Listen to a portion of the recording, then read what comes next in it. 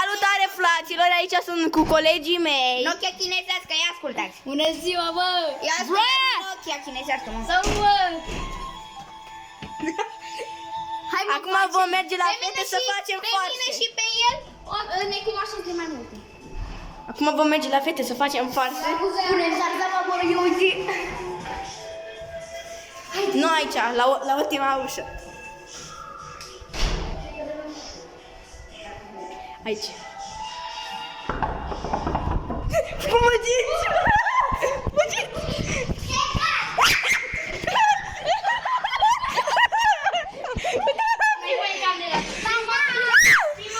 Fraților!